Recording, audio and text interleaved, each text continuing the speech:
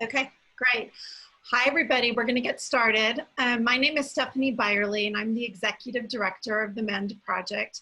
We are very excited to have you here today, and we welcome you to our Level 1 training preview. I wanted to first start by sharing just a couple of things with you. One is I really took some time to go through our list of registrants for today's training, and wow, there's such a great range of different organizations and individuals on this call. And it really reflects the breadth and the diversity of the people that the M3ND Project trains. So I was really excited to see that. For example, today we have with us educators from various school districts at different levels, universities, elementary schools, secondary schools. We have members from birthing centers, family planning centers, domestic violence agencies, child welfare organizations, those who work with individuals, dealing with sexual betrayal and trauma. Many leaders from various churches and therapists and counselors, and a number of representatives from various nonprofits. So I share that because it really demonstrates the range of people that we like to train. And just to let you know, since this is a preview training, we are kind of speaking to all people and not going as deep as we normally go in a regular training, nor are we catering it to the organization that we typically serve. So for example, if you're from a children's organization or you work with abused kids, if we were to train you, we would go in deeper detail with you about things that affect children uniquely. The other thing I wanted to share is that in looking at some of the websites of the people who are on the call today, I really took note of how many people had notices on their website saying programs canceled due to COVID or programs delayed, stay tuned due to COVID. And we really, as an organization, just want to recognize what all of us are going through and let you know that we see you and we're in this with you, and we understand these are really trying times for a lot of us. And we're really sorry for the struggle that the present circumstances might be causing you. So we thank you for being here, notwithstanding everything that is going on, and using this time to start learning something that's very valuable to all of those victims who are currently struggling with various levels of abuse. Now I'd love to introduce our team. First, we have our founder and our CEO, Annette Oltmans. There she is. Next, we have our executive coordinator, Jill Rice. And finally, we have Lauren Hatch, our social media content manager. Lauren. She's waving. I made everyone wave. The M3ND Project is a 501c3 nonprofit organization that educates on all forms of original abuse. And we focus, however, predominantly on covert emotional abuse and on double abuse, which we're going to teach you about today. If you haven't already, I wanted to ask you to please visit our website. There you're going to find beautiful stories of healing by those impacted by abuse, educational blogs, and many other educational materials. This site is really useful as a tool for victims who are trying to gain clarity, but also for those people who are coming alongside them to help them understand what victims might be going through during a time that they're still battling with some of the effects of abuse. This is also where you will be able to find a location to support our cause through your donations. Being a nonprofit, we depend on the donation of anyone who's willing to donate in order for us to continue providing this training to other people. So we would encourage you to partner with us in that way. It's also an area where you can partner with us in getting strategic organizations to do trainings to and those types of things. The M3ND Project's primary focus is to educate and train on what we call first responders. Now, M3ND defines first responders as those individuals and organizations to whom a victim is most likely to first disclose their situation of abuse. Now, while all of us can be first responders at any given time, our primary targets are those organizations to whom victims seek help from most commonly in the beginning. So our faith-based organizations, therapists, counselors, nonprofit service providers, medical professionals, those tend to be the first line that a victim will go to share their journey. And first responders really are in the greatest position to bring healing and hope to survivors at a very critical time in their journey. Unfortunately, far too often the opposite happens. Uninformed first responders, including friends and family, inadvertently cause incredible harm to victims through their faulty responses. And that's where the M3ND Project comes in. We educate these organizations as well as individuals to respond in a trauma-informed and compassionate manner, which is most likely to prevent further harm to the victim they are serving. The work we do is critical, and we really believe now is the time it is most needed, and we want to get the word out quickly. Before we talk in greater detail, I'd love to introduce you to our executive coordinator, Jill Rice. Jill? Thanks, Steph. Hi, I'm Jill, and I'm the executive coordinator here at the M3ND Project. It's my joy to handle outreach and trainings. So once a training is booked with us, I work with you to ensure that our time together is meaningful and that the tools that we're providing are valuable and useful with the people that you're serving. So today's training preview, as Stephanie said, is just a glimpse into our 3-hour intro training on covert emotional abuse and double abuse. So it's a basic introduction to our training. I get the privilege of sharing an exciting announcement with you. We are in the final stages of publishing our first curriculum. This curriculum is a 7-session comprehensive guide for first responders of abuse like yourself. We take a deep dive in this curriculum into the nature of abuse. We look at cultural and societal biases that are around abuse. We look at the relationship between abuse and trauma as well, which is the reason why we do the work we do here at M3ND. We are actually finalizing comments from reviews of outside experts of various disciplines, and it's been really encouraging for us as a team and really affirming, as each one of them has said that this work is amazing and so needed and there's nothing like it. So we can't wait to get it into your hands. That should happen this year. We're very excited about that. So if you want more information, just go to our website and sign up. And our hope today is that what you learn on this training, what you take away, that you'll share it with your organizations, your communities, your staff, your team, even your friends. We're currently booking our online trainings, and we love to provide a complete intro training for you. So feel free to connect with me. My contact information will be found in the chat. You can contact with me there, or you can email me, and then we can stay in touch, or you can stay on with us after Annette speaks and ask more detailed questions. So now I'm going to turn it over to Lauren. Lauren is our social media content manager, and she's going to share the 411 for today. Lauren? Thanks, Jill, and welcome everyone. We're so excited you're here. Thank you for joining us. So a little bit of housekeeping before we get started. I'm sure everybody's been using Zoom a lot these days, but we just want to make sure everybody's up to date. So currently, everyone is on mute with the exception of our team. We will have discussion periods throughout this training, at which point we would love for you to speak up and ask any questions that you have. All we ask is that you click the raise hand button and wait to be called on. A quick reminder of where that is: if you hover over the bottom of your Zoom screen and click on participants, that will take you to the participant screen where there will be a button that literally says raise hand. You click that and we will get a notification that you would like to speak. We have our chat feature enabled throughout this presentation, so use it to your advantage. It is there for your convenience. If at any point you have a question or a comment you would like to share, feel free. We would love to hear from you. We will have designated Q&A times where we will read those comments and questions if that's more comfortable than speaking. One thing to note: our comment section is public. If you would prefer to ask a question privately, if you go into the chat feature, you will see a button that says everyone and has a down arrow. If you click that and go to admin Lauren Hatch, you can ask your question privately just to me, and I will forward it to our team for our question and answer periods. Don't be shy. We'd love to hear from you. The only thing we ask is that the submissions be kept within the topic of the presentation.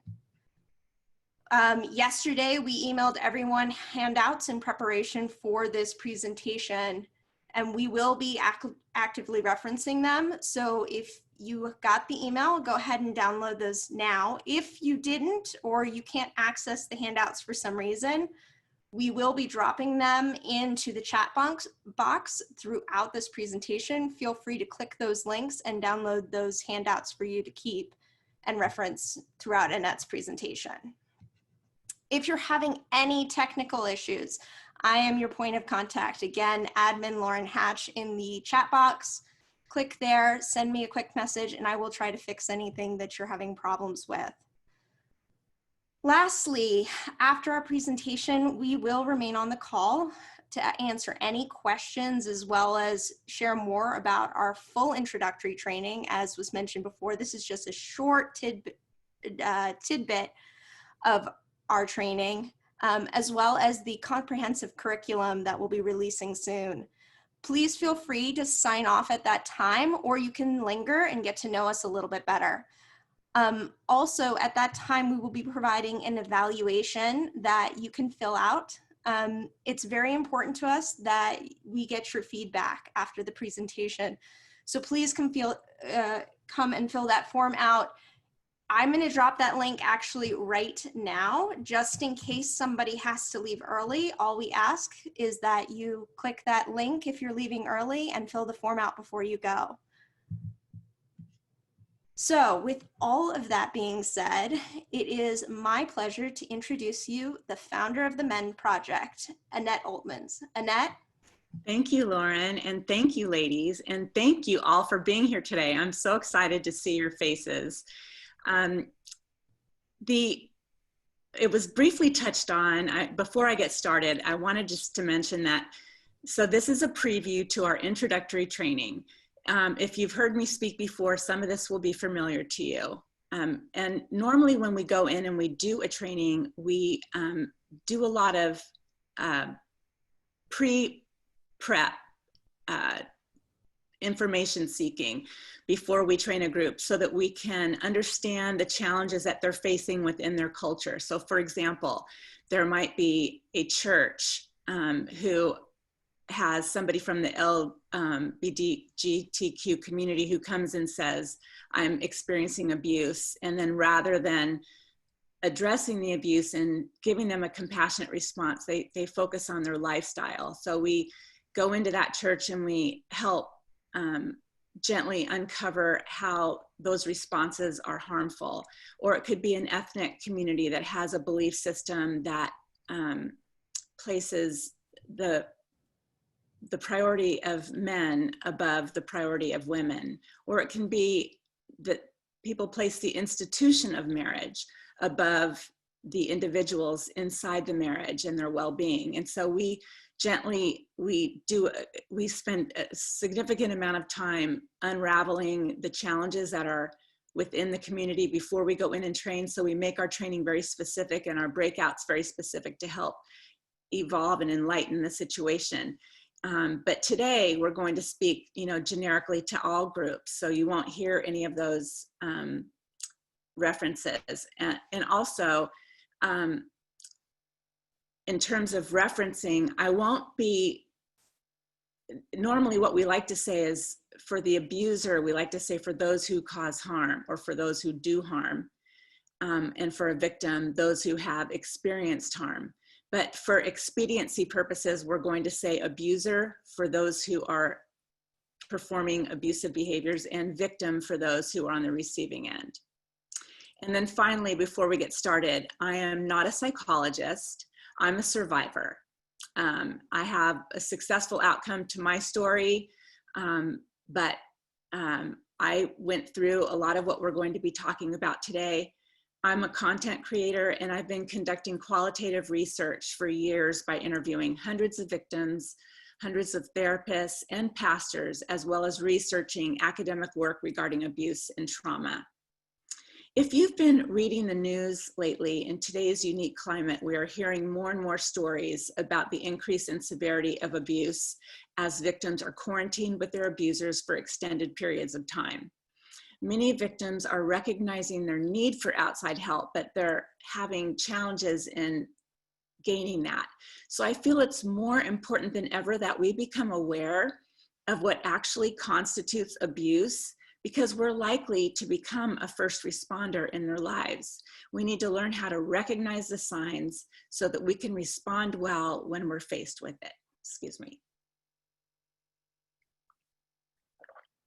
And in addition to the present COVID crisis, over the past several years, particularly since the Me Too movement went viral, we've seen media highlight several stories of abuse. For example, actually it's been widespread abuse in many different institutional settings. We have Ohio State University in their case, and many other campuses. We have the Harvey Weinstein cases. We have Dr. Larry Nassar, to name just a few. Dr. Larry Nassar was the physician with USA Gymnastics. In all these stories, there are two main themes that are present in nearly every example, and yet we aren't hearing them being named. The first is covert emotional abuse, which refers to the hidden manipulative behaviors and emotional tactics that are hard to describe, they're hard to name, and therefore they're nearly impossible for a victim to confront them. And sometimes it's really challenging for a therapist to confront them. They don't have the language. And so we're going to talk about that language. Covert emotional abuse causes incredible confusion in victims because of how complicated it is. Yet it is the common thread in all abuse cases. In other words, every abuse case, other than a one-time physical assault, also involves covert emotional abuse. The second theme is what I call double abuse, which happens when victims finally find the courage to speak up about their experience or to reach out for help. And rather than receive compassion, they are often criticized, given instructions, they're judged for putting themselves in a certain situation or for staying or for leaving. There's judgment all the way around. They're silenced in these various ways. And when they don't comply with the suggestions and the demands actually that they receive, they're sometimes even ostracized by their family or by their church or their social or professional communities. And this is highly traumatizing. And that's one reason why we focus on this topic in our work. To give you a little insight about covert emotional abuse and double abuse, we'd like to start by sharing a short video of Kay's story. It provides examples of both emotional abuse and multiple forms of double abuse. Let's take a look.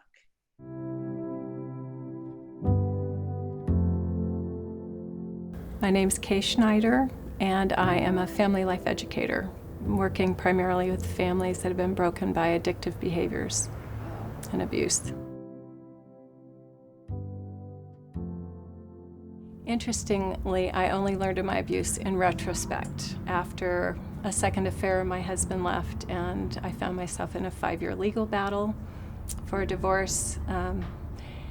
And in therapy, I saw a domestic violence power and control wheel, and as I looked at that wheel, I recognized financial abuse, emotional abuse, verbal abuse. Things that I never felt were abusive, I never knew, because abuse to me was loud, screaming name calling or black and blue marks that someone could see. So the more subtle forms of abuse were unknown to me. Verbal abuse, as I look back and as I went through therapy, realized that so often the behaviors of my husband were to minimize me, to ask questions that he knew I didn't know the answer to, and I began to feel stupid and I began to feel incompetent. I remember asking him once, "Are you trying to make me feel stupid?" And he just laughed. And I remember him saying to me one day, "Oh, so are you fused today?" And I realized he was mocking the confusion. So the feeling of insanity and confusion in the home continued to where I lost trusting my instinct, didn't have a voice, always looked to him for leadership, looked to him for advice and partnership, because I also religiously was taught the man is the leader, so you submit. And I was always praying for things to get better, but because he was home, he was in the church, he was a great provider, how could it be abuse when you have a loving Christian home? Eventually I realized it was all a facade. The abuse not only came from my husband in lying and betrayal and finances, but then when I went to pastors for help early in my marriage, I went to my pastor and I would say, he's not talking to me or we're not connecting. And I remember very specifically a time when he said, you demand resolve. And when you demand, you shut your husband down. And so that's maybe one of the first conscious times I remember I needed to shut my voice down. And as I look back, I had to shut down the emotion. I began to doubt myself. After my husband had a first affair, I went to the pastor and I was basically told to regain intimacy, I needed to, quote, feed the dog, which meant to have sex, resume sexual relations, which felt weird when I had been betrayed. We went to therapy, and I realized looking back, the therapist never dealt with the betrayal. He never dealt with the lies. Why did my husband think it was okay to lie? Never dealt with the trauma of a betrayal like that. I didn't know until a second affair and a book on trauma that, oh, I've been re-traumatized. The religious abuse would be, I'm supposed to submit and obey the elders or the leaders. And so again, I shut down that this behavior was not helpful to me. It was not loving. And again, it was, you go home and wait, you pray more. I remember calling the pastor saying, I just found out about this second situation. And the pastor's answer was, well, you didn't tell me you have an anger problem. And I said, wait, my husband's cheating and what? And so I said, I've been to therapy. I had an anger problem years ago. I've been to therapy. I've worked through that. So again, professionals that I sought after to help my healing actually did more damage. The help from the therapist and the help from the pastors continued to be minimizing of my emotions, minimizing of my voice. The advice first is to listen, to affirm that how they perceive their situation is true for them, to not minimize it. Don't quote scripture, try to spiritualize, don't try to pacify them like God's going to use this for good, but hear their voice and encourage them that what they are experiencing is real.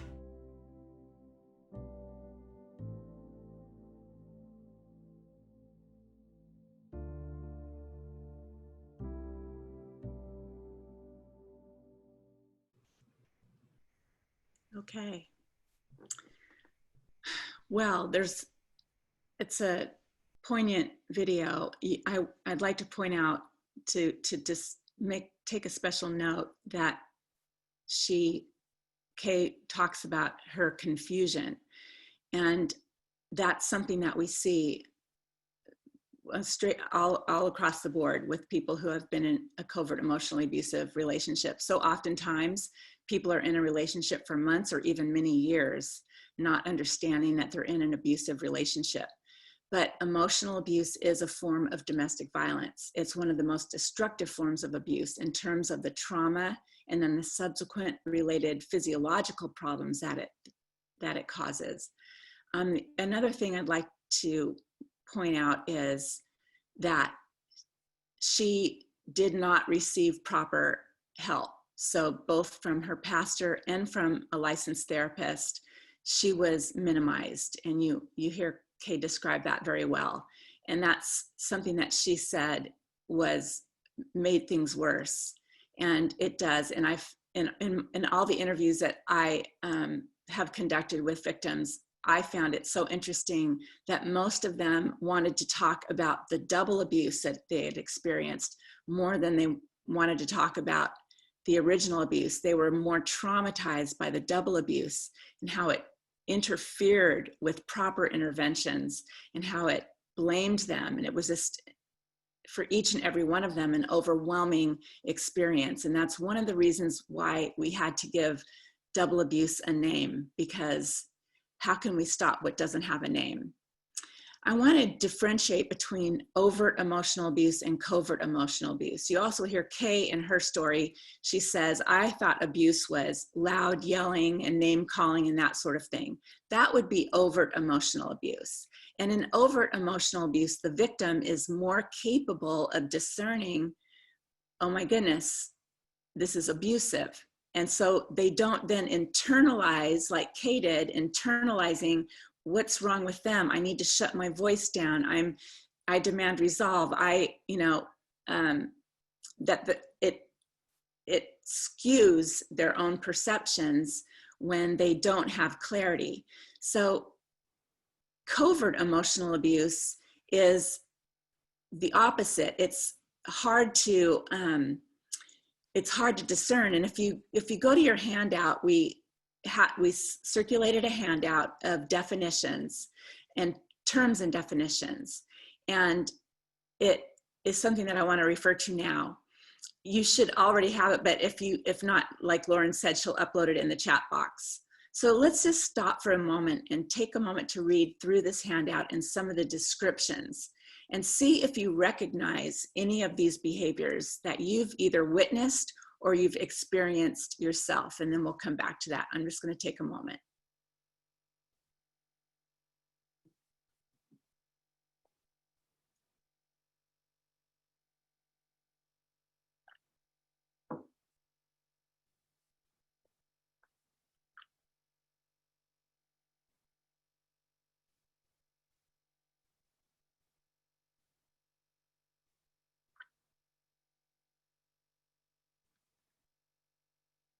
Okay, so what is covert emotional abuse? Covert emotional abuse often consists of defensive tactics in order to stonewall a conversation and avoid authentic communication. So it's how to interfere with, like the pastor said, you demand resolve. Well, she's trying to reach a solution in her scenario with her ex-husband, and that is being criticized by that ill-informed pastor. A healthy person wants to have resolve. They want to resolve issues. They want to reach solutions and conclusions. And a covert emotional abuser wants to avoid any opportunity for a conclusion. So they stonewall the conversation with a lot of deflections and defensive postures. So as we look at a few of these examples specifically, please be thinking of sometimes that you've seen this played out in real life, and feel free to share via chat or live, because we'd love to hear from you. Let's start with gaslighting. Gaslighting is when you alter, you change or you deny a mutually shared experience. So then what happens is that the victim feels they are wrong in their own perceptions and wrong in their reality. They start, even though, like if someone has an argument about a conversation and then the abuser says, I never said that, the victim begins doubting, well, was that said? Am I crazy? Did I not remember this correctly? And they literally wonder if they're going crazy. One example that I like to use, it's a parent-child example, is that when a parent is also an addict, they frequently gaslight their children by telling them lies in order to persuade them to not trust healthy family situations and healthy family members who are actually very safe for them. This causes children to doubt their own perspective and actually fear the family members they should actually be relying on. Or an abuser might say any number of things that, like, I know the story behind Kay's, when she said, when he said to her, "Are you fused today?" mocking her confusion. And it's because he was changing the thermostat without admitting that he was changing the thermostat. So he was constantly changing the temperature in the thermostat, and she would go up and wonder how it was changing when he absolutely denied changing it. Let's look at minimization now, and please send us your examples if you have them. Minimization, which is what Kay also referred to, is shutting down her voice, telling her that what she valued was unimportant. It's belittling the victim's perspective. The intention is to make what the victim values seem unimportant, and therefore it kills confidence, as you saw in Kay's story. She began to doubt herself. It killed her confidence. It kills creativity, and it kills individuality. I like to use an example. It's another parent-child example. Over the holidays, a child comes to you and says, "Mom or Dad, I don't like Uncle so-and-so." And it's so typical to say, "Oh, you only have to be with Uncle so-and-so twice a year. Just give him a hug and you can sit at the other side of the dinner table." But what really needs to occur in an instant like that is that you sit down and say, "Well, tell me why, honey, you don't like Uncle so-and-so. What has anything happened? What makes you uncomfortable? Tell me what you're thinking." And really allow the child to express themselves and be a safe, calm listener for that exchange to happen and for the child to process their feelings. If children are not supported in developing and understanding healthy emotions, which they cannot do without adult or parental support, they will have a difficult time developing a strong sense of self. They will not likely then trust their gut and their own perspective if we're constantly minimizing them or brushing their concerns aside. Countering is another word. Countering is when the abuser does the opposite when receiving a reasonable request. It may be that there's a request for connection or a request for reciprocity. "Honey, I'll do this for you. Can you do this for me?" Simple tasks, or even important matters such as values. When somebody counters you and they do it consistently, it's a dead giveaway that you are likely dealing with an abuser. Do we have any examples, Jill, or else I'll go into this. We received a comment on our website that an abuser would hug the victim too hard and like squeezing her until her back would break. The abuser would continually do the opposite, ignoring their request for a hug that feels good. So the reasonable request fell on deaf ears. Would anyone like to share an example they have experienced or witnessed of gaslighting, minimization, or countering? You can put your example or any question in the chat box, or simply raise your hand and we will unmute you so you can ask your question directly. In order to raise your hand, Lauren described that you need to click on the bottom where it says more or participants and then click on the raise hand. Annette, we have a question here. Great. This question says, my husband and kids make fun of me and tell me I'm being so sensitive whenever I say something, and that hurts me. Well, that's a typical example of gaslighting. And also, if you look at your list of definitions and terms, joking is another abusive behavior. It's one thing, it takes intellect to create a joke or creativity to create a joke that everyone can laugh at. But it requires very little to make a joke that is at the expense of someone else. And so joking at the expense of someone is really not appropriate, and especially when it's in a group setting like that. So I'm sorry you're going through that. I maybe show them the list of terms and definitions and see if that will turn the light bulb on so they'll stop doing that. Here's another comment with a question, and this is a great question. I've done minimization for sure. Does that mean I'm an abuser? That's a great question. Normally, you know, we all have different families of origin, and we learn bad habits along the way. And so we've all participated in abusive behavior at one time or another, or maybe many times. But the difference between an abuser that's entrenched in faulty thinking, his or her faulty thinking, is that when they are confronted with, and I don't mean, you know, a confrontation in the way of like a hollering match, I mean just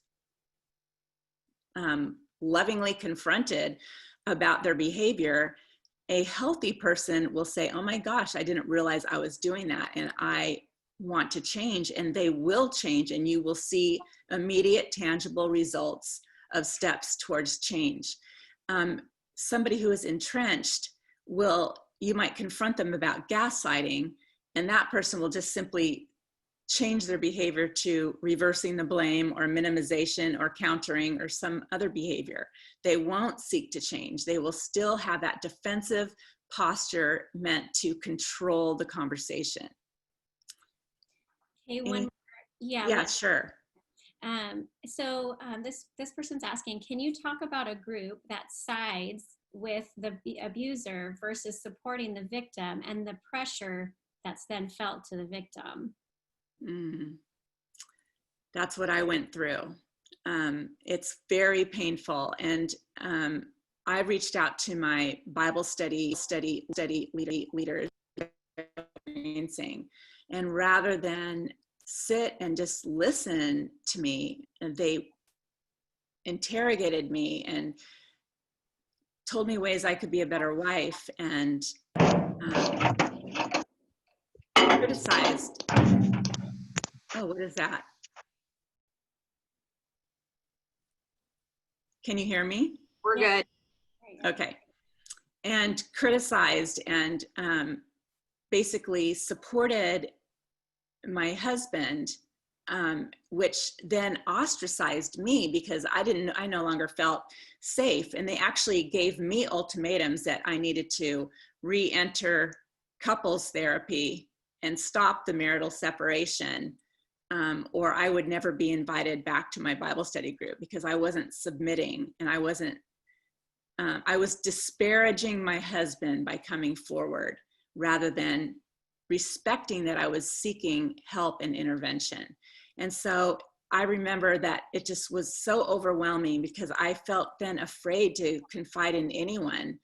And it shocked me because I thought these people loved me the way that I loved them. We had shared years together and traveled the world together. And it was just such a shock, but they felt so right. They felt that they were just absolutely correct in their demands, and they took the wrong course, and it interfered with what would have been proper interventions. And so I can tell you it's very traumatic. That experience was far more traumatic than the original abuse that I experienced, even though that was very difficult to go through. It was overwhelming. It actually escalated my trauma into a much more serious form of post-traumatic stress disorder, which I'll get into in just a little bit. Annette, we do have a few more here, so I want to take the time to look at these. So the first one made a comment about spiritual abuse being rampant, which we know we've heard a lot of that at the M3ND Project. So just want to acknowledge that comment. And Annette, you'll touch on it. We actually would touch on it a little more in depth in our full training, but Annette, you'll touch on that, I'm sure, a little bit. But I wanted to go to another question, question/comment that you can speak to. For the women with the family that hurts her, the tone comes straight from the husband. So if she brings it up, which I'm sure she has done, he will turn it back on her, most likely. So is this like the example of you're too sensitive in a case like that? So now or reverse, like putting the blame. The reverse, yeah, it's a reverse blame. There's so when you are told that you're too sensitive or it's somehow your fault, look at the term and definition, reverse blaming. That describes what we're talking about. And it's highly undermining and damaging, and it's very abusive. I recommend that you just really familiarize yourself with the terms and definitions to give you the emotional language to be able to firmly, with firm boundaries, confront what you are experiencing. Because if you can not fall back, but instead get extra strong, you will see how the abuser or the person who's inflicting this on you will respond, whether they will come to terms with their behavior. You can even show him the handout and the definitions, and you can see how that person responds. And if they don't respond well, then you know that you have a more serious problem. You're dealing with domestic violence and you need to get some help. So here's a comment I'd like to also bring up about when we address the spiritual abuse, just to go back to that. It's actually another person's experience. In a Bible study on Zoom, the leader mutes this person when she doesn't like what she has to say. And so she's confronted her twice, but the leader of the Bible study blames this woman. The group wants her to stay, but she decided to leave. So that's really hard. Really tough. Yeah. Yeah, go ahead. Sorry, Annette, go ahead. No, I was just going to say, that's just, it's outrageous, really. And so I'm just sorry you're going through that. You see spiritual abuse, you see emotional abuse in every setting. It can be in the workplace. It can be bullying on the schoolyard. Even children, they might not have the emotional words to attach to their behaviors, but they use these same tactics to bully other children. And you see it in domestic violence and in so many different settings. So I'm just so sorry that in such a sacred place that you were impacted this way. Mm-hmm. We had someone follow up to that comment saying, I experienced the same experience as Annette did from both her church and her family. This person's brother is a pastor, and his wife assumed that she must be having an affair. And I was told that God would chastise me for the rest of my life for divorcing my abusive husband. Yes, one of the things that we really focus on when we're training churches is to really have them take a hard look at the way they value the institution of marriage. Because so often the institution of marriage is given preferential treatment over the individual's safety and well-being inside that marriage. Mm-hmm. There's one more, Annette, and thank you so much for addressing all of these, because it's so important for all of us to hear. I think we all can glean from hearing these questions. So thank you to everybody who is, sharing these. So we do have one more here. And it says, after leaving my covertly abusive marriage of 32 years, my family of origin, patriarchal and legalistic thinking, as she puts in parentheses, they continue to invite my husband to family gatherings that require 6 hours of travel to attend.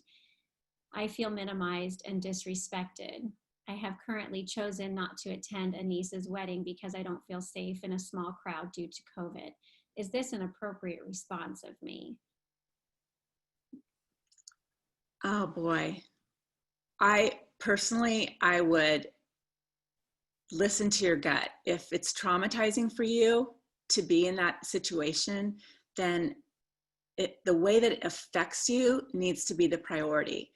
But hopefully you can get to a place where you can confidently stake your place with strength and not feel minimized and not allow others to lessen your position in the family.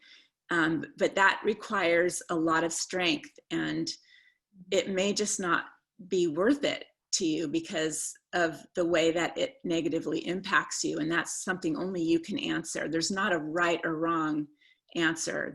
You're not doing something wrong by not going. It's something that is a very personal decision. So one more just came in, and then we can move along. Move on, okay. So this question says, what about the times that the husband is confronted, right, with something and he says he's sorry, yet nothing changes? Is this still considered abusive? Is it covert? Yes, absolutely. That's something that I went through. I mean, it's one thing to say, I'm sorry, but it's another thing to completely repent and change, turn away from the behavior. A sorry is not an I'm sorry if it's not supported with tangible, measurable actions. And over a significant length of time, they can't just change for a minute and then next week they go back to doing the same thing again. No, there's no excuse for just a verbal apology. Great, thank you, Annette. So, okay, thank you, Jill.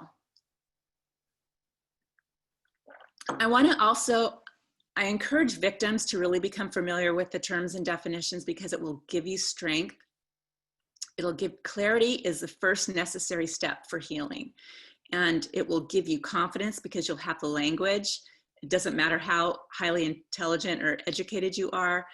We all need training on emotional language. So this will really help to strengthen you. And also for first responders, because for first responders, you will, by familiarizing yourself with the terms and definitions, you will be more quickly able to identify and unravel some of these confusing situations that otherwise, without really having the words to apply to the behavior, you're searching for ways to describe the situation. It'll just make you much more effective in your work. And you can help those that you're serving by showing them the terms and definitions so that they can become educated as well. And we provide these this list for free on our website. You can download it in PDF form and it's available for anyone who wants it. Let's move on to the maze. So you were given an image of a maze. Let's click onto that. Any one of these covert emotional abusive behaviors repeated in a pattern is enough to be destructive to a relationship.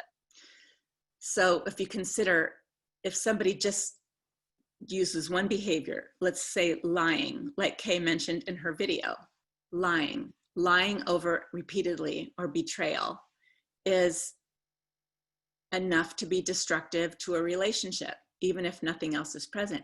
Countering repeatedly is enough to be destructive to a relationship. Minimization on its own is enough to be destructive to a relationship. But imagine what happens when more behaviors are in play, when multiple behaviors are in play, like the one question received. When I raise a concern with my husband, so he's done something already, and she confronts it, then he just reverses the blame, so that he just switches over to another behavior that's defensive. That's very harmful.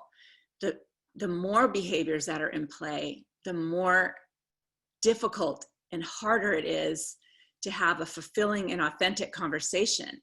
But as the victim is trying desperately to have an authentic conversation, those efforts almost always lead to dead ends, and victims have an incredibly hard time figuring out why so, because they don't have the emotional language to be able to name and identify these things as they're playing out.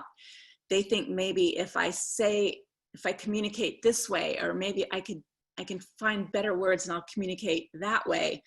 They just think it has something to do with the way that they are not communicating effectively, that's why they're being stonewalled. They aren't able to tangibly see these specific behaviors that are a ploy against them to stonewall the conversation. If you look at the maze, you'll see that there's an entry point and an exit point. And I like to think of the maze as a metaphor for a conversation. We enter into a conversation, we mull over each person's point of views, and we exit the conversation hopefully with solutions, and particularly if it's a confrontation, if you're having to discuss something difficult. A healthy conversation is when there's mutual listening, there is collaborating, and there's mutual respect, and then you move towards solutions. Even if you agree to disagree, you still have mutual respect and you can move forward in such a way. But when the opposite occurs, victims are totally unaware that they're in an abusive relationship. They're trying desperately to communicate with someone so broken that maturity and mutuality is nearly impossible to experience. So I want to say that narcissists use covert emotionally abusive behaviors, and you'll see this play out in a narcissistic relationship. Victims, what's so concerning about covert emotional abuse is that victims can languish in these types of relationships for years in total confusion as their stress and their trauma increases and as their health becomes compromised. Abusers can be the most charming, intellectual, and accomplished people. And on the other hand, they lack emotional intelligence. They are uncomfortable with emotions. They're uncomfortable with your emotions and their emotions. They don't understand them, and they therefore try to avoid emotions. They don't hear a victim's voice. They lack empathy because they cannot relate to a victim's emotions. And so they use these ploys to control the conversation, to control the victim, and to avoid authenticity. Sometimes the motivation for covert emotional abuse is to intentionally oppress, power over, and control. While other times their motives are to avoid authentic emotional connections and conversations, to avoid being truly seen in their vulnerable state. They're so uncomfortable with emotions that they use every ploy to avoid dealing with emotions. They look at things through one lens, their own point of view, and expect that the victim is there to fulfill their every desire. Learning how to navigate the maze will help you to recognize controlling behavior and refuse to engage in it. Okay, question time. Feel free to send questions about the maze at this time. We will take a pause to do that. You can also raise your hand and we will unmute you so you can directly ask your question. Or you can put your question in the chat box. Okay, we have a question here, Annette, actually from a gal who's working with a client who has an abuse issue. And this person has accessed human resources for help, but is hitting a wall as they're fearful of legal problems and supporting the institutional abusers. So the question is leaving the position her best next step because she feels she cannot handle a legal intervention? Really tough. Oh boy. Before I left the position, I would go to an attorney. I would go and just sit down and have that conversation with somebody who specializes in sexual harassment cases, because they're really experienced in employee abuse situations. That's what I would do. And it doesn't usually cost any money to have a conversation or a consultation. And I would just make sure that I'm considering all my options before I decided to leave a position. That's a big decision. Mm-hmm. Absolutely. We have another question here. We have a comment as well. This woman saying she loves the maze resource. It's very descriptive, and we get that a lot. Thank you. Really is a good, useful tool. So here's another question. How do you effectively refuse to engage in narcissistic behavior? Say that again. How do you effectively refuse to engage in narcissistic behavior? Mm-hmm. Personally, what I would do is I would just hold up my hand and say, stop. I'm not going to continue this conversation. Are you talking about is this like the person has narcissistic tendencies, or they're confronting a narcissistic person? So it's not clear. So perhaps you can address it from both sides, like if you're in a conversation versus if you're that person. If I'm actually somebody with narcissistic tendencies, I would seek deep therapeutic help, because there is hope. And there's a lot of books out there that you can read, and it's really harmful to those around you. So I would just really encourage you and know that you can change. It takes effort, it takes hard work, but you can do it, and your life will be so much more fulfilling, and you will experience authentic love and connection when you make that journey. If you're dealing with a narcissist, I would literally put my hand up and say, stop. I would be physically and emotionally a strong presence that will not tolerate, that sets firm boundaries and will not tolerate to go down the rabbit hole of these different narcissistic behaviors. I would put my foot down, and if it falls on dead ends, I would probably exit that situation or pull way back and just have as minimal contact as possible that you can have with that person. Mm-hmm. Thank you, Annette. Okay, I have one more question here. I was always told if I would have just used a different word, my communication would be received. And this person notes that she's not referring to bad language, but rather a feigned inability to understand what she was saying. So if I just said it differently, then my communication would be received. Really frustrating. Oh boy, I don't know about that. That sounds like the typical experience that so many victims go through. They're just trying to find the right words. But somebody who truly wants to understand you will sit down and ask you questions and say, help me understand you. What I hear you saying is this, or I hear you saying that. But what I don't understand about what you're saying is this over here. They will make the effort themselves to understand you. They won't just cast it away and say, well, if you would have used a different word, or so that's my comment about that. Great, thank you. We're all good on questions now. Okay. What I learned in my original research, and which has been confirmed over and over again with each survivor I encounter, is that clarity is the first necessary step to healing. This is why the M3ND Project prepared the definitions for responders to have something in writing to give to survivors to help them gain clarity and receive the validation that they need.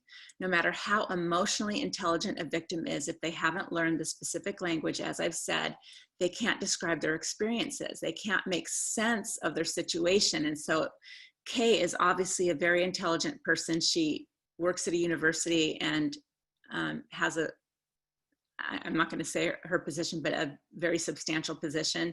And yet she doubted herself and became confused and took it on as something is wrong with her. So until they gain clarity, they walk around bewildered asking, am I crazy? I remember thinking, am I unlovable? Why am I always wrong? Nothing I do is ever good enough. Why can't we solve our communication problems? Why isn't therapy helping? What is it I'm missing? I must not be communicating correctly. Those are very common internal messages that victims speak to themselves. In our comprehensive training, we teach how to use the tools we provide when interfacing with victims and also with abusers. Therapists have told us that they use this definition sheet to help unlock those clients who are stuck and unable to see that they're in an emotionally abusive situation. They tell us that when their client sees the behaviors they're experiencing in writing, they become willing to discuss how they can address and shift then to what they shifted. Now, how do I respond? What are my next steps? Instead of being stuck in confusion and stress and the minutia of that, they shift to how can I respond and what do I need to do for myself to get strong?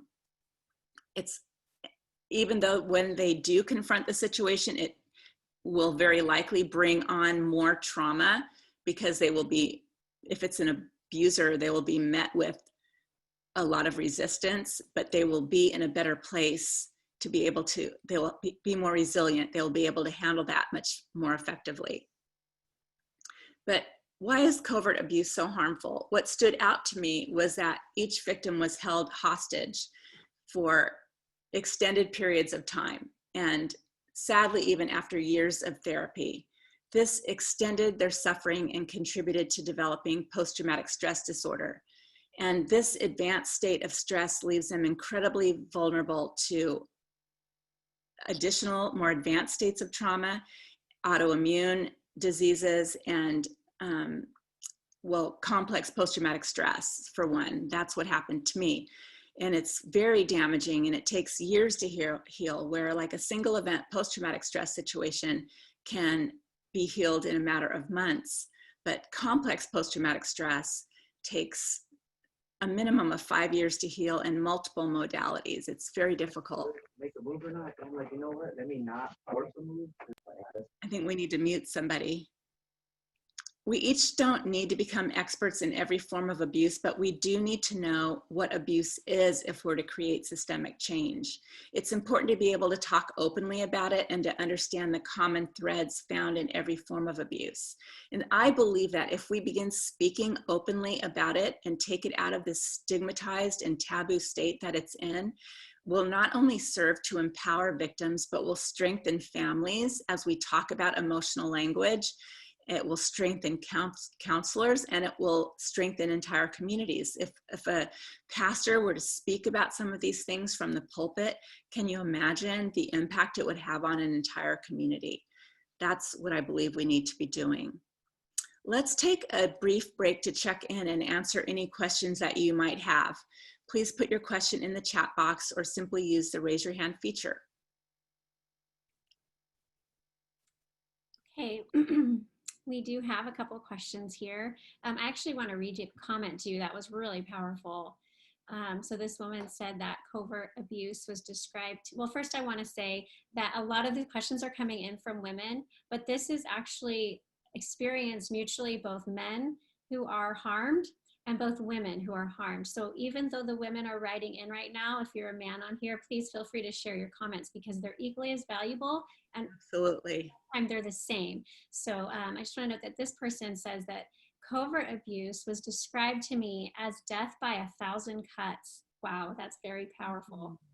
And it says, I am only able to talk about one cut at a time. Which one cut appears minor? With all the cuts, you bleed out, but you're only able to talk about one cut at a time. That's very powerful. Yeah, it sure is. Thank you for that. Yeah, so, and here's a question. So what is the best advice to give my teenage kids who are dealing with a narcissistic parent who blame shifts, shames, and stonewalls, and minimizes? My daughter wants to make him understand her side. It never works, and he punishes her more. You know, it depends on the age of the children. If they're really young, my advice would be you can go on the internet and there's like a plethora of wonderful charts and little graphic designs to train children in emotional language to really get in touch with their feelings, like hurt, anger, confused, any number of feelings. And as the child gets older, there's even more feelings that are added to these charts. I would really encourage my child to be very aware of emotions so that they can see the lack of emotion in the person that in the other parent, because the more emotionally intelligent they can become, the more they will be able to realize that that parent doesn't have the capacity or the willingness to engage in healthy emotions, and they'll be able to view it through a more realistic viewpoint, that it's a dead end. That's really good. We got a similar question in advance of the training. So whether that's from the same person or not, I'm not sure, but just to acknowledge that you're not alone in that's actually, it's common and it's really important. It's really challenging for the child. So thanks for answering that, Annette. We have another question here. Can you talk about supporting a person who feels a complete loss of credibility in their workplace due to trying to get others to understand the abuse, but receiving no support? Is it, as you stated earlier, learning the language of abuse? How do you support that person who feels that loss of credibility in their workplace?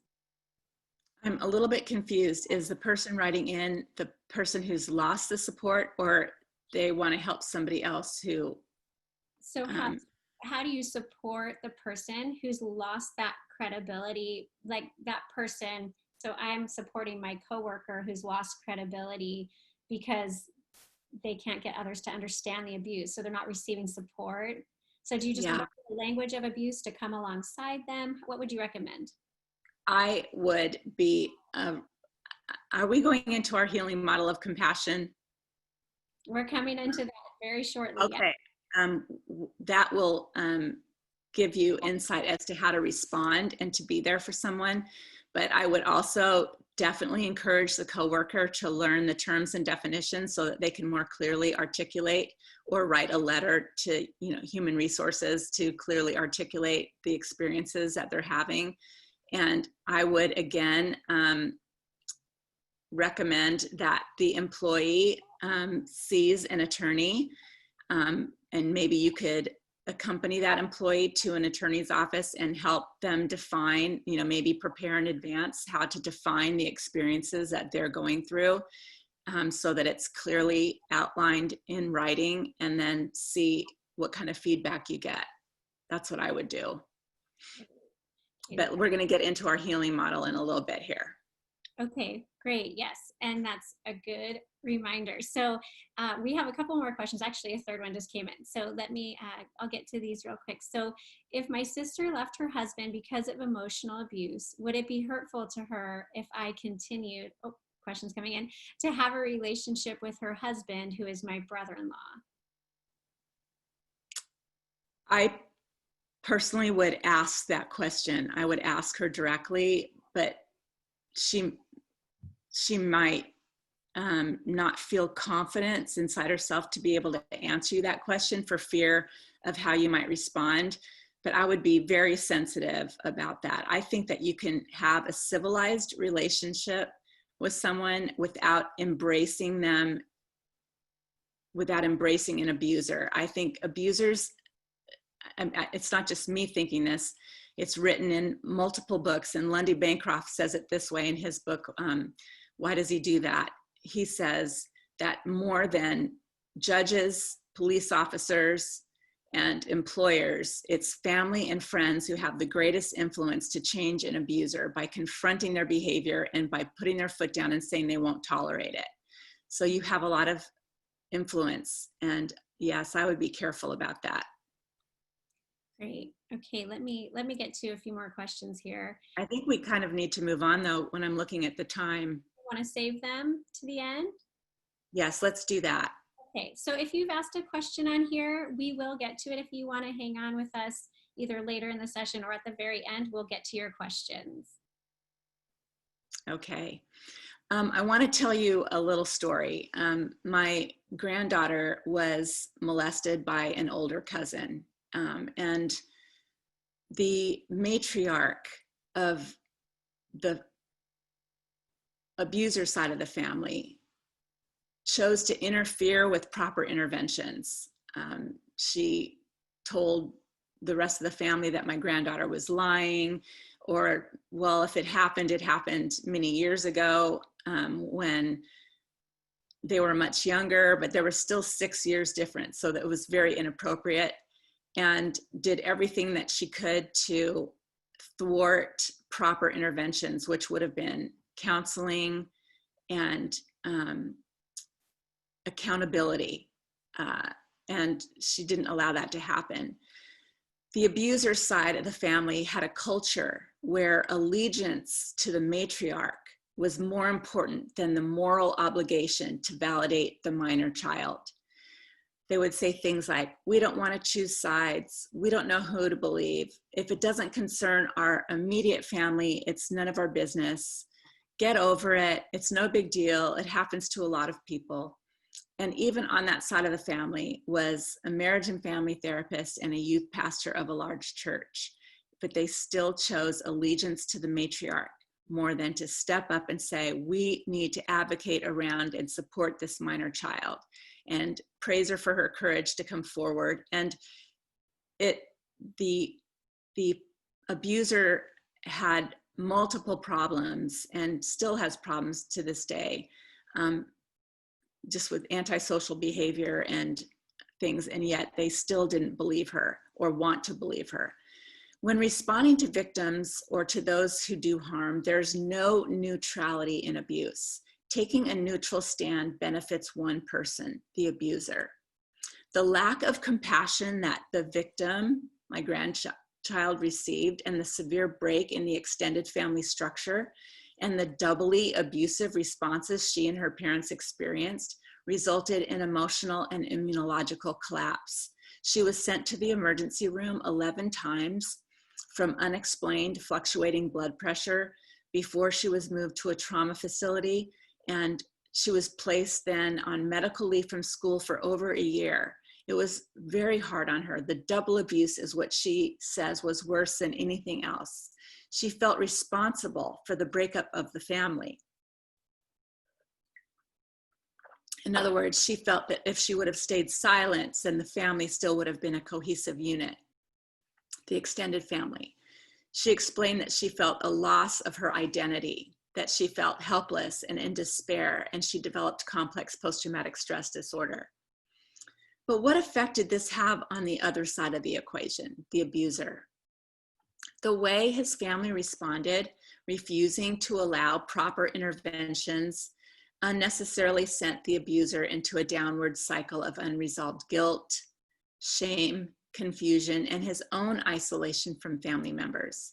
He was completely cut off from all family members, and other than the matriarch, and felt that rejection without having solutions to do a restorative justice kind of approach where he could apologize. He wasn't allowed to apologize. Where he could enter into counseling, he wasn't allowed to. He had to take a stance of denial, instructed by the matriarch. He was deprived of what would have been a healthy response. And so today, both victim and abuser will say that the family's response ostracized them both, exacerbated their trauma, and significantly detoured the course of their lives. The guilty party subsequently has been in and out of jail many times on unrelated charges and continues to struggle to turn his life around. This example shows that abusers need to experience an opportunity for reparation and restorative justice. And victims need to experience restorative justice as well, if they want to. Some victims want to be publicly apologized to. They want to have it acknowledged. They want to have if it's their spouse, they want the spouse to have to acknowledge it to friends, and others want it to be very silent. So it's the victim's choice.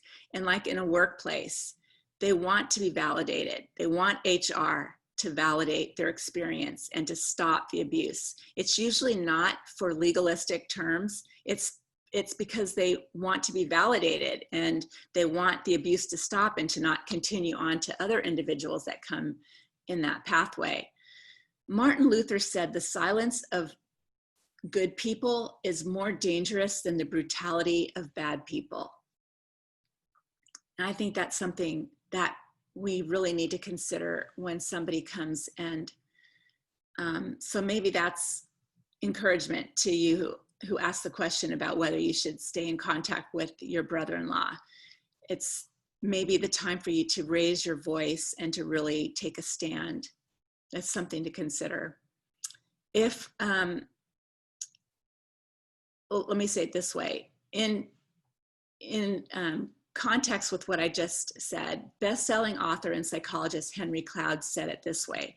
There's a big, let me back up. In relation to the story that I just told you, Henry Cloud says it this way: there's a big difference between hurt and harm. We all hurt sometimes in facing hard truths, but it makes us grow. That is not harmful. So harm is when you damage someone. End of quote. We're not talking about hurt feelings. We're talking about real harm that's done to victims. But the abuser needs to feel hurt. Dr. David Hawkins of the Marriage Recovery Center says it this way, that there must be a breakdown before there can be a breakthrough. They need to experience pain and loss before they're going to change their behaviors. Otherwise, there's no motivation. They're completely clueless about emotions, and they'll just go on being the way they are if there's not significant loss and rejection from their peers. I don't mean to cut them off, but to confront them and to reject their behaviors. Each way we turn, we can see forms of covert emotional abuse, first in the originating harm and then again in the double abuse caused either by ignorance, cultural blindness, or preferential treatment of favored individuals. So the matriarch in the story I just told you gave preferential treatment to her son rather than to look at the situation and focus on the injury to the minor child. Far too often, people ask why victims remain silent.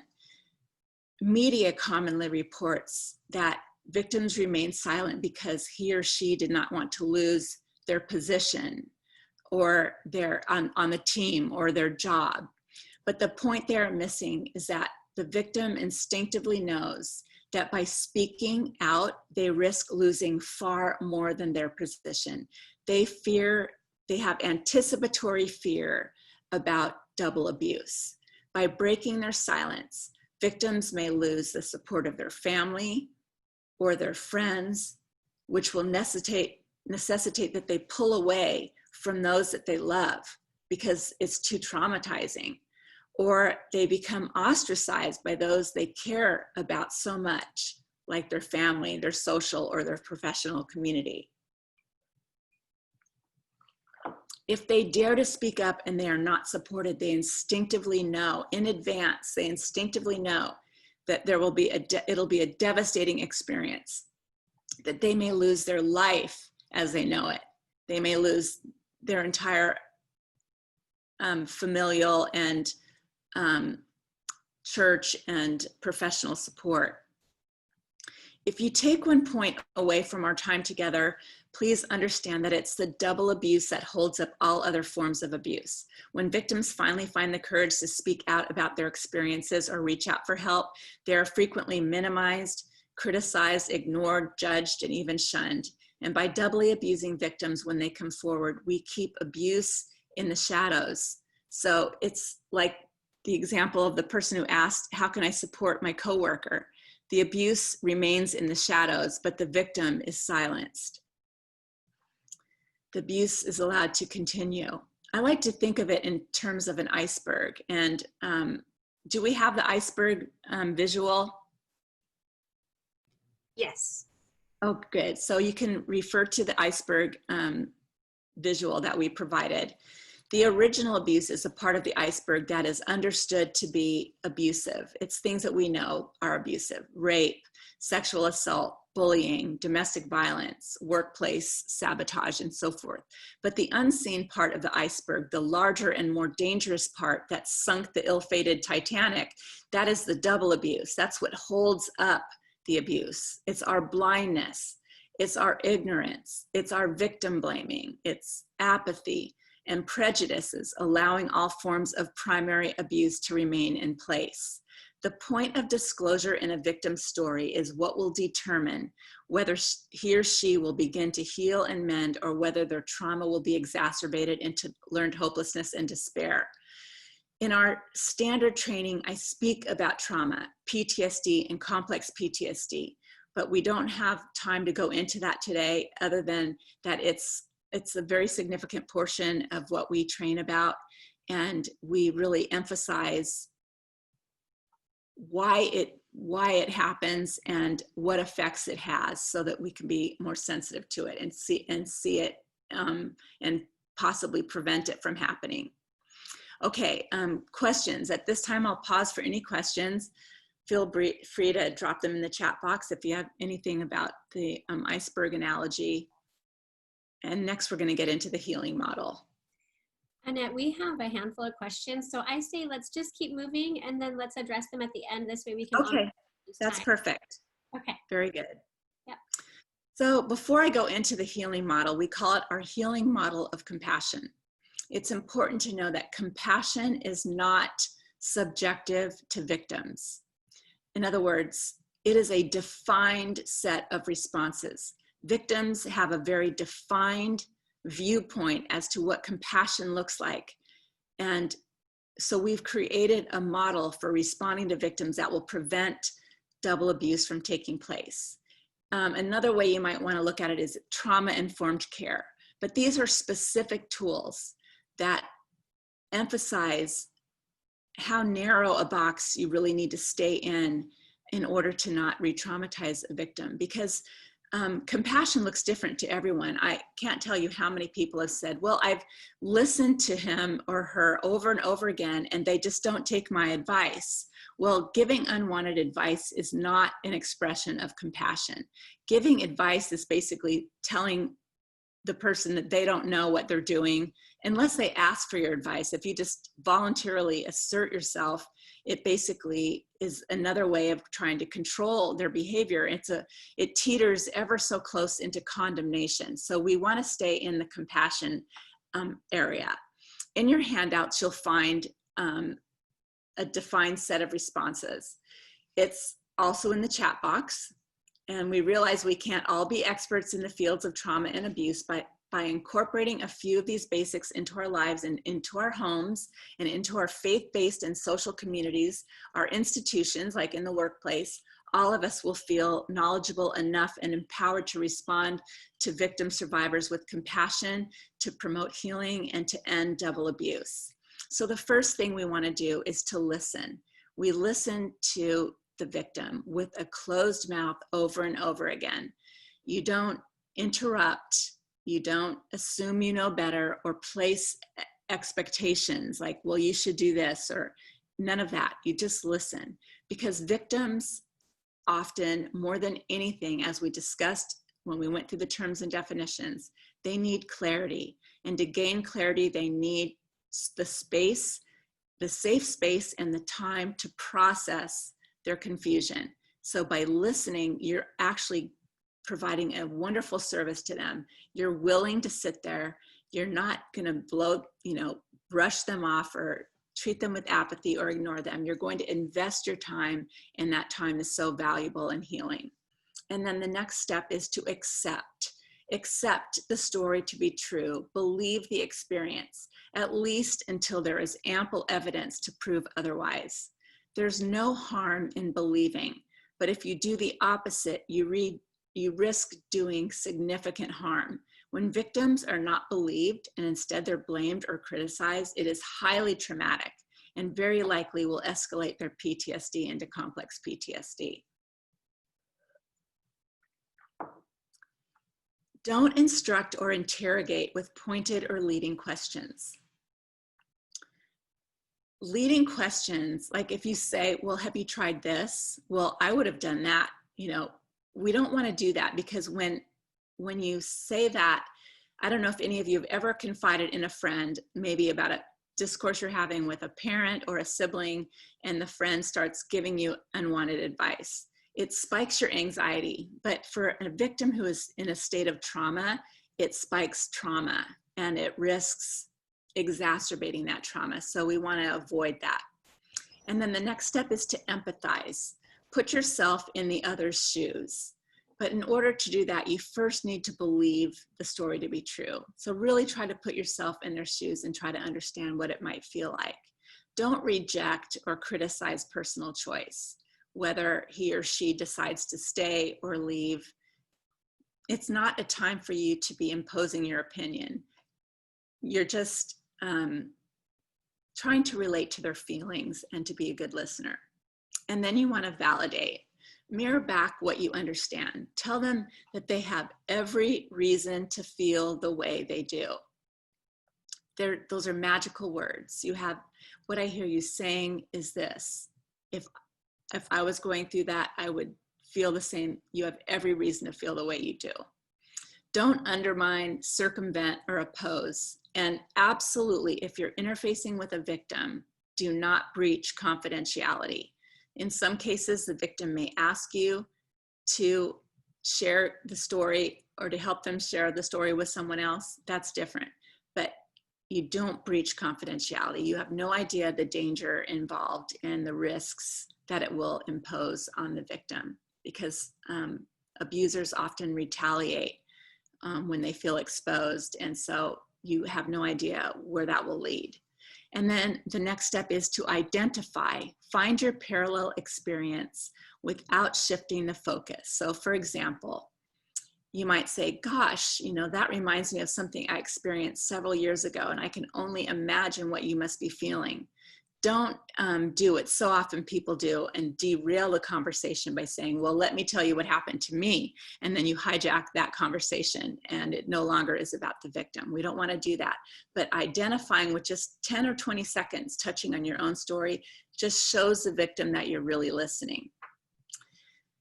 Okay, and the next step is to encourage. We offer support on his or her path. We don't shun, we don't place conditions or ask others to join in double abuse.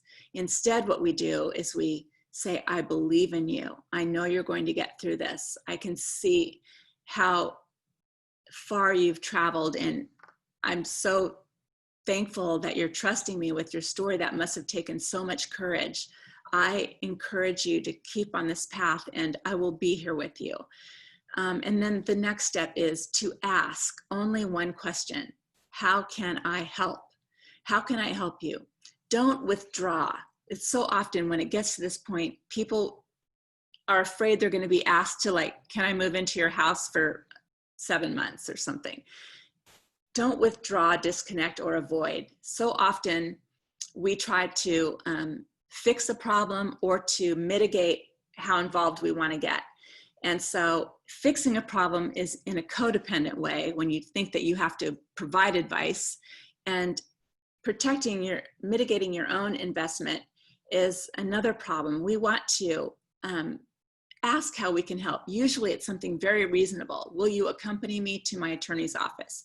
Will you help me write a letter? Will you take a walk with me once a week so I can just process what I'm thinking? It's usually very reasonable. And if it's something more, you can help find resources for them, which is very helpful because traumatized victims have a hard time even being on the computer sometimes. They're so flooded with emotions and hypervigilant that they really need help. And then the last step is to grieve. Grieve with them for all they've lost. Don't deny or avoid or suppress the healing power of mourning. So often people will say, oh, don't cry. No, allow them to cry and even shed a tear with them. There's something very connecting and healing about that process. One of the things that distinguishes us from other organizations is that we also provide a model for responding to abusers, which we go into great detail during our training. Oftentimes, both individuals of the couples are before the first responder, making it critical for them to know how to hold the abuser accountable, how to discern what is actually happening, how to be able to discern truth from lie, and to actually be an accountability partner or to help them find one. Our accountability model of courage, we name it accountability model of courage because it takes courage to interface with entrenched abusers, teaches important steps that they should take. So we recognize that abusers are in desperate need of healing as well, but many don't realize it or want to admit it. You will see that this model on the backside of the healing model of compassion handout will give you some basic pointers. We don't have time to go into it today though, however, to explain it. So this has been wonderful to see all your faces. This will be the end of our teaching part. I hope you will consider having your organization do a more in-depth training with us. There are some important topics that we had to leave out. I mean, quite a few, and we go into much greater depth than in our discussion today, which I would love to share with you at some point. So please let us know if you're interested. And before you leave, know that we'll be staying open for questions. And also we would love for you to fill out the brief evaluation form. We really benefit from your comments and we make changes and we take them very seriously.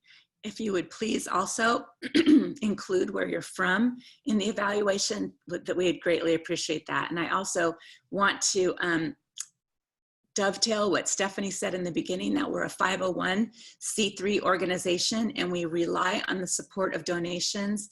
This enables us to do events like this and to train underfunded nonprofit organizations and underfunded churches, and to reach out to professional communities. We really rely on your help, and it's how we help victims on our website, and we answer every email that we get, and we interface with them until they've found a path towards healing. So we just thank you so much for your support, and let's hand it back to Jill for questions. Hey, I want to interject real quickly, Jill, before you do. I wanted to say thank you to the few people who actually donated during this training. That was really nice of you to be so responsive quickly with a gift of your funds. We really appreciate it. So I just wanted to do a personal reach out to those of you, and you know who you are. Thank you so much for your donations. We really appreciate it. Awesome. So I'll move into the questions that we didn't get to earlier. And if you need to hop off, great, or you're welcome to stay. We have some really great questions. And so you may want to hang out and hear the answers and these questions as well. Really good questions. So, excuse me. Okay, so first, this is actually a comment probably in response to what we were talking about previously. Sometimes it's hard to prove ill motive of the narcissist. However, my counselor tells me, you know how the narcissist's actions have made you feel, and your feelings are valid. If his or her actions make you feel terrible, that's enough that they should desire to change. And I think you kind of addressed that a little bit, Annette.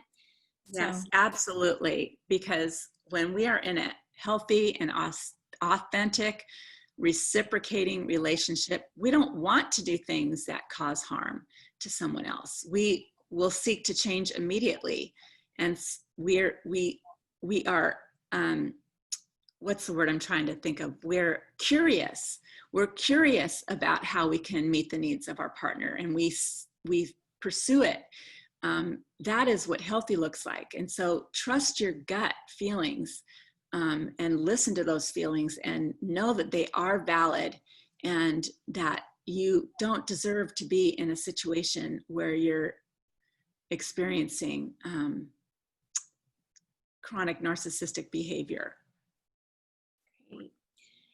This one actually has to do with a best friend, which I think this is great, because we're kind of getting the gamut of workplace, marriage, parent, child. Now this is with a best friend. So this person says, I keep my emotions to myself because my best friend says I'm very emotional. She gives me her opinion about everything, even when I don't ask for it. And sometimes I simply want her to acknowledge my feelings. And when I ask for that, she begins to ignore my phone calls. And when I ask if she's okay, she says she's been busy. I'm starting to feel resentful and let the friendship go, but she's been there for me through a tough time. So what do I do? Oh boy, I encourage you to reach out and develop other friendships.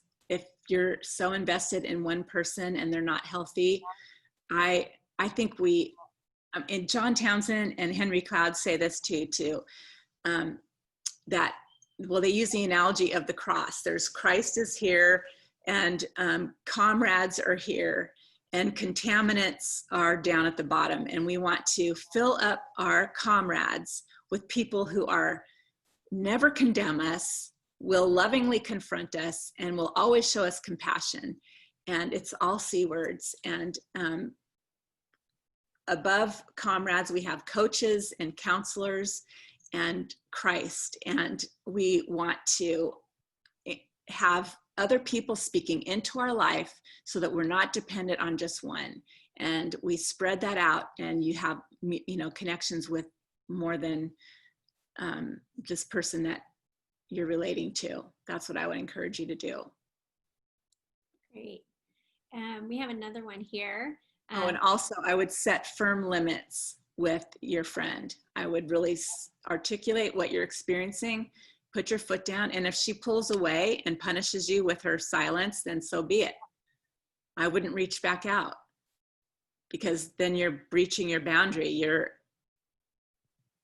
You're interceding for what naturally your friend should experience, the separation and her own anxiety, or his own, I'm not sure if you're male or female, anxiety and have to process that.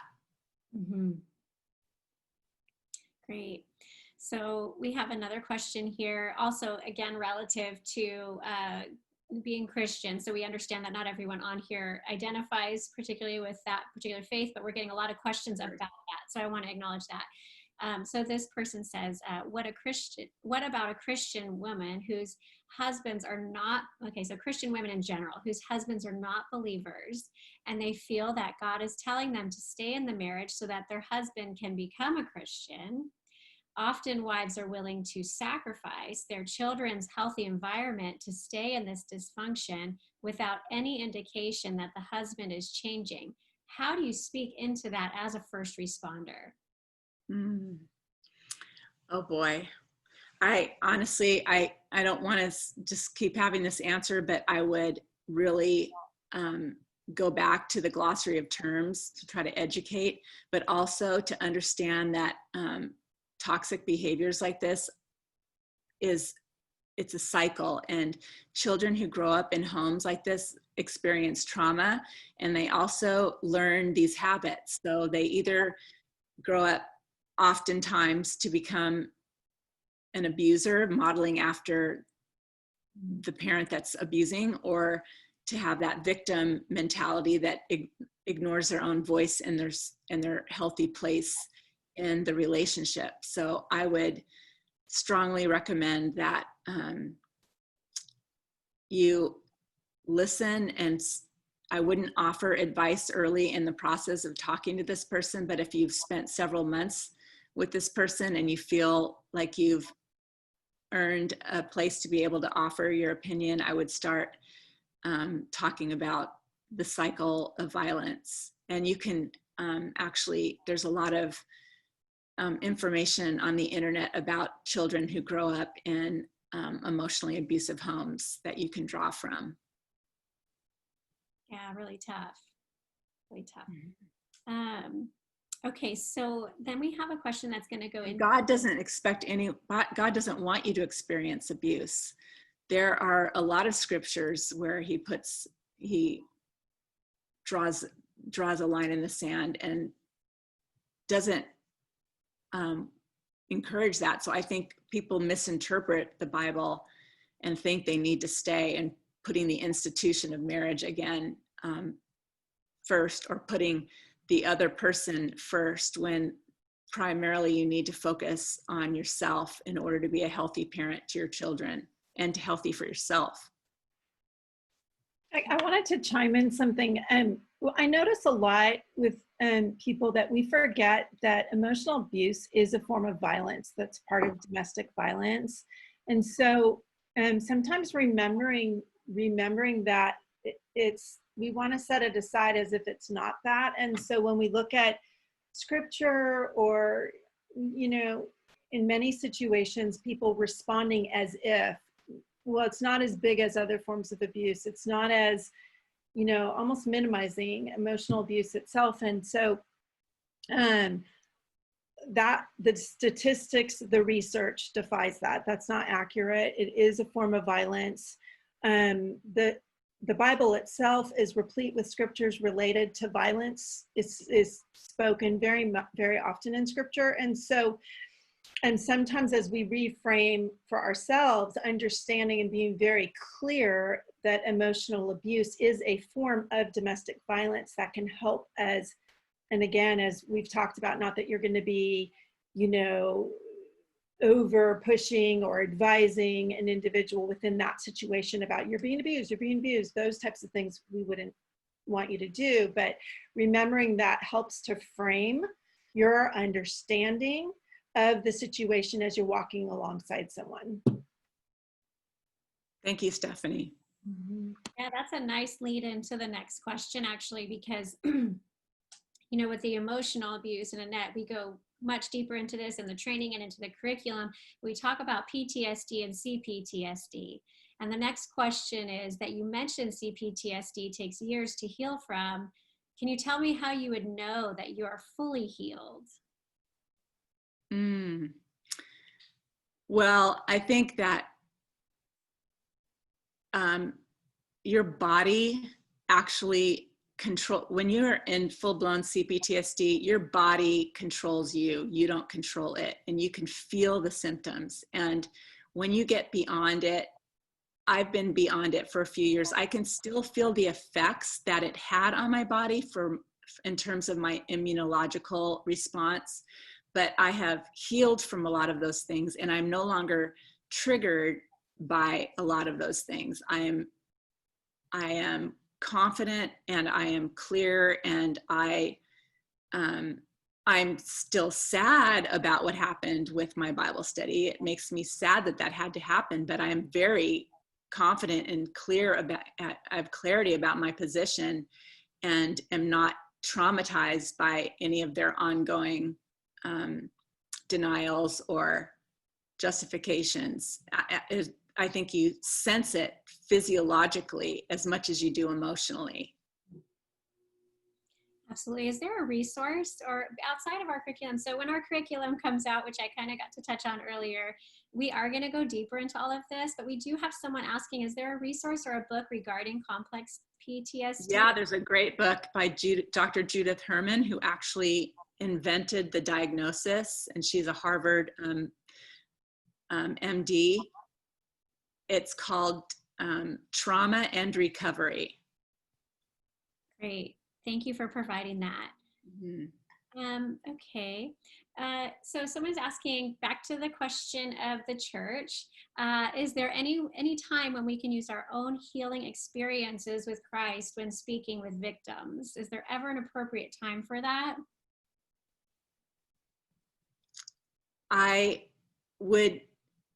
I'm just cautious to not over spiritualize.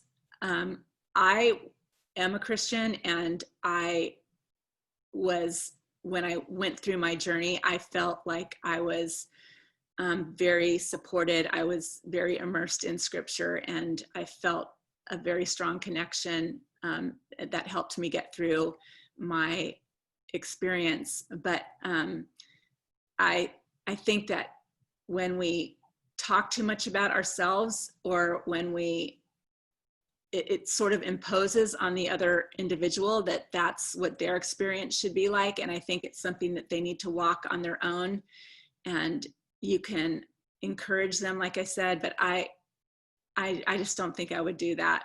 Mm-hmm. Great. I mean, I think you can talk about it in like 20 seconds, 30 seconds. You can absolutely talk about it as a form of encouragement. And maybe each time you talk, you could talk about it for 30 seconds. But I wouldn't go into a big dissertation about your experience, because the victim feels lectured, and that might not be what the victim needs to hear at that time. They may just need to have you listen and support them. That may be the most valuable thing you can do for them at that time. Mm-hmm. And that goes back to the healing model, which you kind Absolutely of hijack the conversation to relate, identify, but not to necessarily do that. So that's great. Okay, full circle on that. So we do have more questions coming in. Okay, here's a comment actually. I think the emotional abuse is scarring and very painful for my clients. Some clients do feel it's worse than the physical abuse. So just to acknowledge that, that's real. Absolutely.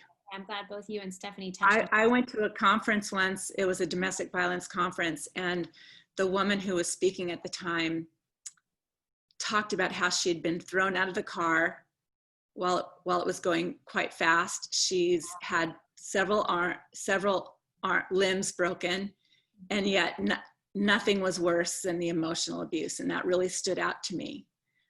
That's what kept her trapped in the confusion for so long, and just beating down her sense of confidence and well-being, and her own perspective. She lost perspective on her own individuality, her own identity. And the CDC recognizes emotional abuse as one of the most toxic, damaging forms of domestic violence. And even on the power and control wheel, psychological aggression is considered as harmful as physical abuse, other than life-threatening battery. Because like we talked about earlier, the physical abuse, a victim is able to more quickly discern that they are in an abusive situation, but the emotional abuse, they're usually groomed over years, and it takes time, and it just escalates over time. And by then they've lost their sense of self. Absolutely. We have 2 more questions here. The first question has a few questions in it. So if you need me to repeat, just let me know. Sure. Is it possible to intervene in a healthy way when you feel someone close to you is experiencing covert emotional abuse? Or is it always better to wait for them to come to you about the abuse? It's hard knowing when someone you love may be experiencing that emotional violence that we were just talking about. Yeah, that's a great question. You know, what we say is don't over-confront a victim and don't under-inform a victim. So over-confronting would be emotionally saying, you're in an abusive situation, he's an abuser, or she's an abuser, you know, and being aggressive and naming it that way. And the victims are often not ready to even hear the word abuse. It's the last thing on their mind, so they're literally shocked by it. They first have to make the journey of understanding the behaviors. So we say don't under-inform. So I highly recommend that you provide the terms and definitions, and you might say, and it doesn't say abuse at the top of the page, and that's intentional.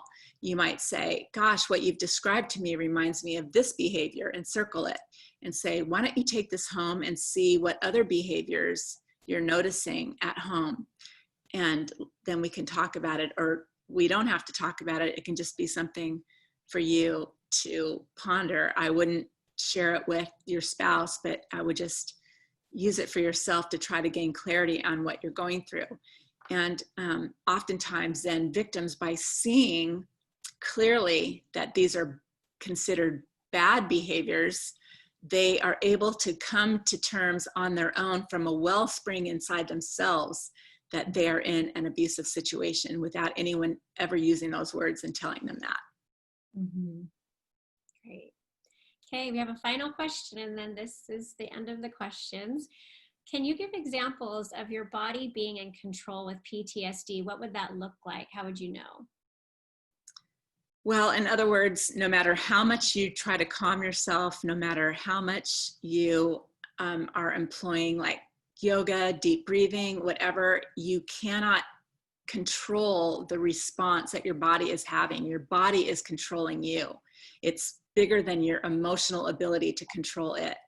And that's what's so devastating about complex post-traumatic stress, is that it's, and some forms of PTSD, that no matter how hard you try, you can't calm the physiological effects that you're having. And so it's very disconcerting, and it's very disruptive.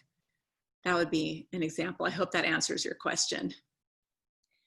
One more just came in, so let's address it real quick. It says, is there a difference between, okay, so just to let you know, the person said yes, thank you, it answered their question, so that was good. Oh, good.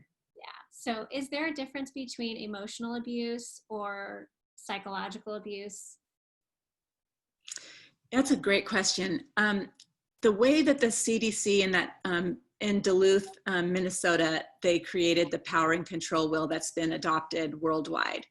They break it down into they say psychological aggression, and then they have physical aggression and minimization.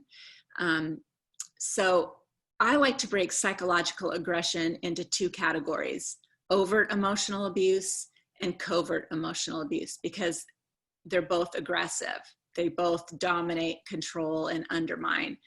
And it even covers the minimization aspect. So I hope that simplifies it for you. It's a little bit confusing, but that's the way that we break it down, is overt emotional abuse and covert emotional abuse. Great, so that's I hope that answered your question.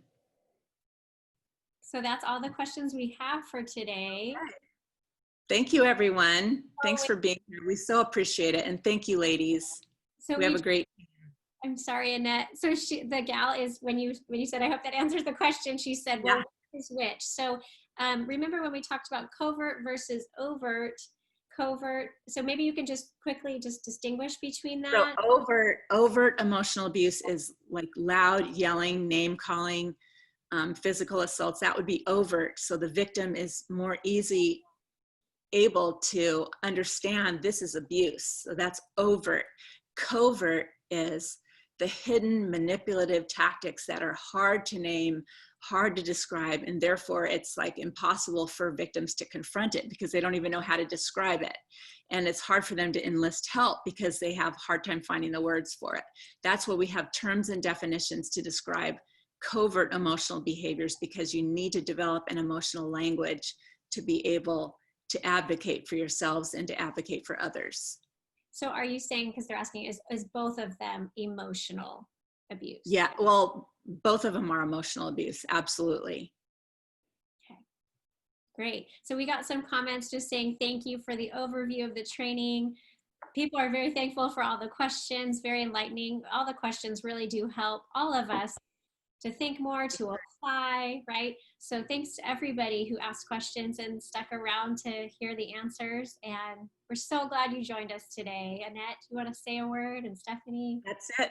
We're so thankful. Thank you for being part of our team. Sign up to receive our emails. We'd love to have you and join us on our website so you can read our blogs. We'd love to have your interaction, Facebook and Instagram. Thank you so much. Thank you, everyone. Thank you. Bye-bye. Bye. Bye.